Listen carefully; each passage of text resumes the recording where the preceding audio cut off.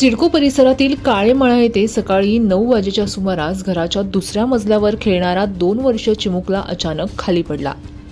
त्याला खासगी रुग्णालयात उपचारासाठी दाखल करण्यात आलं असून त्याची प्रकृती स्थिर असल्यानं घरच्यांनी सुटकेचा निश्वास सोडलाय।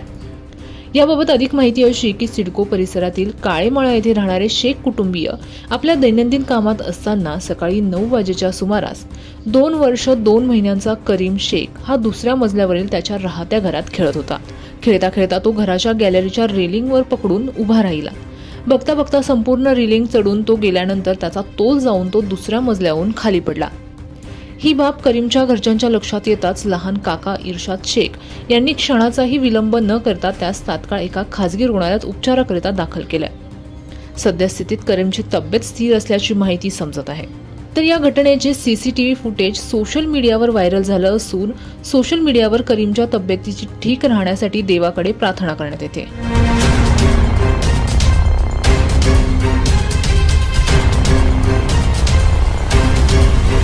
ब्युरो रिपोर्ट, नाशिक माझा न्यूज, नाशिक।